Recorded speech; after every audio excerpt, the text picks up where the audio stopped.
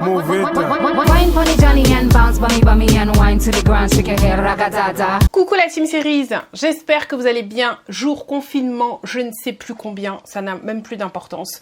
Aujourd'hui dans cette vidéo, je vais te montrer comment je prends soin de moi pendant cette période de confinement. Que ce soit physiquement mais aussi moralement. Alors, j'ai vite instauré une routine parce que j'ai vu rapidement que dès les premiers jours, ça partait en cacahuète. C'était du grand n'importe quoi. Je n'avais pas d'heure de réveil, je n'avais pas d'heure pour aller dormir, j'avais pas d'heure pour aller manger, je faisais une sieste à n'importe quelle heure.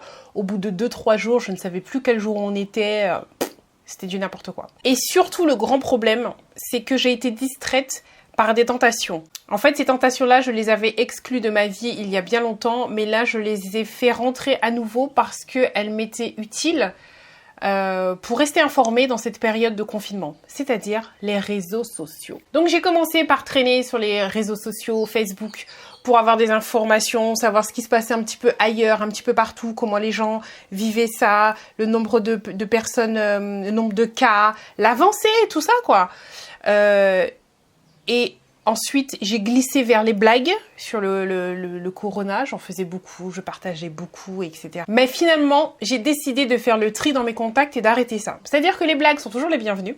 Par contre, les gens sur WhatsApp qui m'envoient des audios disant que le cousin de la tante de leur meilleur pote haut placé connaît des informations, ou alors des vidéos sur le corona, ou enfin, tout ce qui touchait ça, en fait, j'ai décidé d'arrêter parce que déjà la majorité c'est des fake news et en plus même s'il y avait certaines choses qui étaient vraies, je ne veux pas que l'information me soit bombardée comme ça. Je veux que ce soit moi qui décide à quel moment je vais aller prendre des informations pour voir où ça en est. Et les moments où j'ai décidé d'être dans ma bulle ne me bombarde pas d'informations.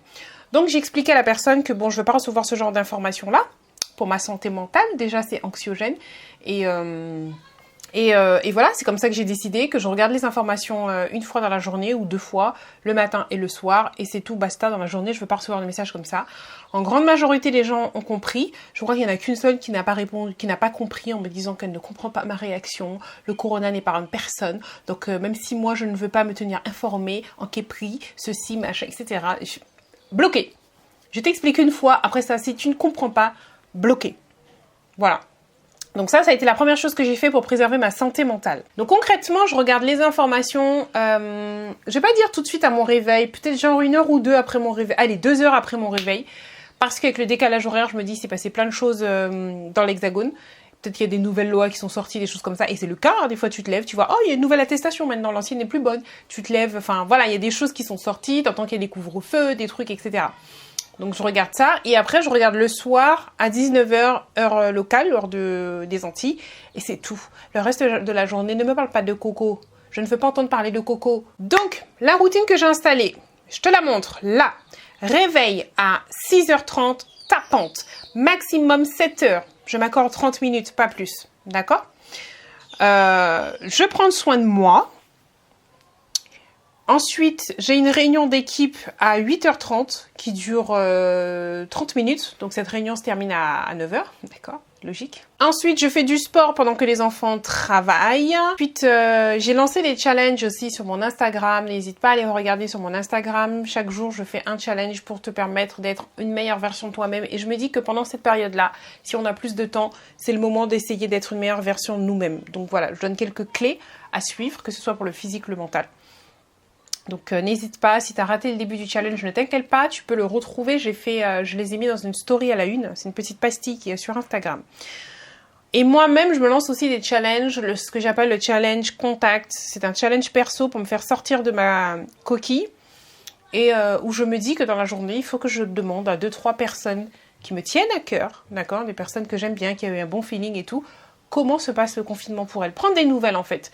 Parce que vraiment, j'ai eu des périodes où je me suis renfermée sur moi-même parce que je comprenais vraiment pas ce qui se passait avec ce truc de corona là.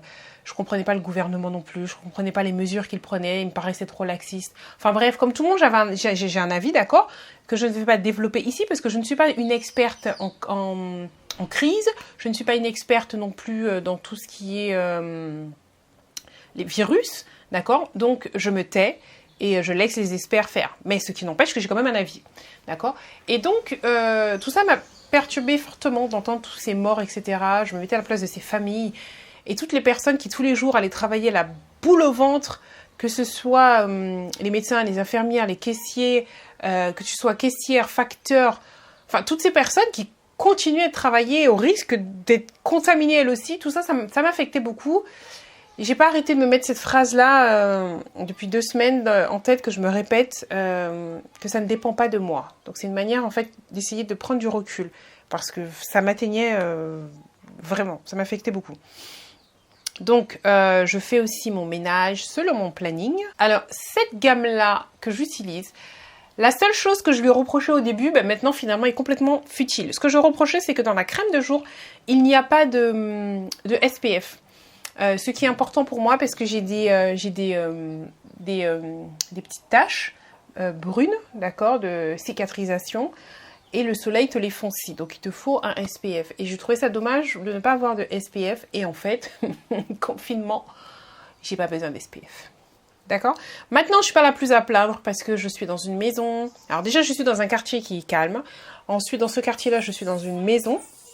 Donc j'ai pas de proximité vraiment avec les gens. J'ai un petit bout de jardin, donc ce qui me permet de faire un petit bain de soleil si j'ai envie, faire de la balançoire avec Poupoune si elle veut, m'allonger sur le transat,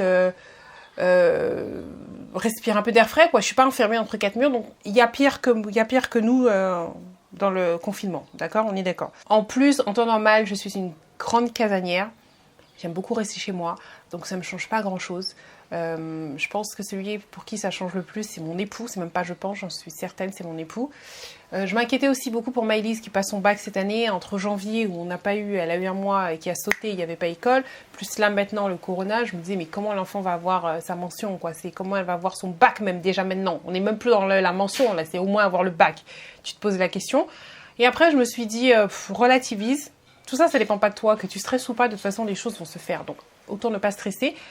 Parce que un parent qui stresse égale à un enfant qui va stresser aussi. Donc si tu veux qu'il soit bien, il faut que toi tu sois bien. Donc je fais mes soins capillaires assidûment. Donc dans le challenge, vous voyez ça, comment je profite vraiment pour prendre soin de mes cheveux, prendre soin de ma peau, de mon corps. Je prends mes compléments alimentaires, que ce soit pour mes cheveux, que ce soit pour augmenter mes défenses immunitaires. Je prends, parce qu'avant je les prenais pas assidûment. Celle pour les cheveux, oui, mais l'autre, non. Là, je prends, j'espère qu'il faut que je garde cette habitude-là. Je mange mieux, je me suis remise au sport. J'ai perdu un petit peu de poids. Je ne sais pas si là, ça se voit. Par contre, dans la vidéo précédente, vous m'avez taillé à penser que j'avais un enfant, à me dire félicitations pour bébé, etc. Non, j'avais juste pris du poids, les gars. Donc, à retenir, tant que quelqu'un ne t'a pas dit qu'elle est enceinte, ne la félicite pas pour son bébé. Ça ne se fait pas. Ça ne se fait pas. Voilà. Sinon, cette gamme de Yves Rocher, moi je vous la conseille parce que pour l'instant, il n'y a que la crème de jour où je ne suis pas fan. Déjà parce qu'il n'y avait pas de SPF. Mais même maintenant, quand je mets la crème de jour, 1 ou 2 heures après, j'ai mon visage qui... j'ai un excès de sébum. Par contre, c'est pour tout type de peau. Il y avait pour peau mixte à grasse, mais je ne l'ai pas pris. J'ai préféré prendre la gamme anti-âge. Et la gamme anti-âge, c'est pour tout type de peau. Donc, c'est aussi pour ça. Mais sinon, tout le reste, j'aime vraiment cette gamme. Ça a vraiment illuminé mon teint. Ça m'a enlevé ce teint terne que j'avais, ce manque d'éclat, etc. Donc, voilà, c'est quelque chose que j'aime bien et que je vous recommande. Voilà. Qu'est-ce que je voulais vous dire d'autre ? J'ai pris un gommage aussi chez eux, mais que je n'ai pas encore testé parce que j'ai mes gommages à moi qui sont ouverts et c'est ceux-là que j'utilise pour l'instant. Lorsque je les testerai, je vous donnerai des informations, c'est obligé. Donc cette histoire de Corona, je suis passée par plusieurs phases, un ascenseur émotionnel on va dire. D'abord j'ai encaissé le choc. Il y a eu la tristesse, la colère que j'ai gardée pour moi. Enfin je partage avec mon époux, mais l'essentiel je gardais pour moi. Puis je me suis dit de profiter de ce temps offert, de prendre comme un cadeau ce temps. Chaque fois on dit on n'a pas le temps de faire telle et telle chose. Là on te donne du temps. Maintenant qu'est-ce que t'en fais? Est-ce que ce temps-là tu vas l'utiliser à te plaindre? Ou est-ce que tu vas en profiter en fait. Donc d'abord je me suis reposée et maintenant je me suis dit que je me suis assez reposée, qu'il faut que j'arrête de gaspiller ce temps-là. J'ai profité pour faire des choses que j'avais pas de temps de faire en temps normal. Donc voilà, j'ai encore plein de choses, j'ai pas encore touché au jardin. Vu le temps le nombre de jours de confinement qui reste, je pense que mon jardin ce sera Versailles à la fin du confinement. Et puis le ménage plus à fond dans la maison. Toujours les devoirs des enfants, donc Maëlys reçoit ses devoirs par mail. Et Poupoune et Malcolm, on les fait travailler nous. J'ai ma voiture à laver aussi, ça fait au moins 2 mois que je l'avais pas lavée, donc en fait j'ai des choses à faire, hein. C'est moi qui procrastine pour ça parce que et puis je continue toujours à bosser parce que la poste fonctionne, donc toutes les personnes qui passent des commandes, ça se fait, surtout qu'une personne par exemple qui est dans l'Hexagone me passe commande, moi j'ai pas à me déplacer à la poste, tout se fait automatiquement en fait, et elle le reçoit, donc je suis chez moi, elle est chez elle et elle reçoit ses produits, donc je continue toujours ça. Il n'y a que pour la Guadeloupe où ça a ralenti. Mais voilà, ça n'a pas vraiment changé, mis à part cette inquiétude quand même. Parce que quand on voit ce qui s'est passé en Chine, en Italie, et nous on arrive après. Donc on a cette chance, si on peut dire, d'avoir une vision sur l'avenir, de voir ce qui va se passer. Je trouve qu'il faudrait qu'on anticipe plus que ça. Mais bon, comme je vous ai dit, je ne suis pas une experte, alors voilà. C'est tout pour moi, j'espère que cette vidéo t'aura plu. Et toi, comment ça se passe ton confinement ?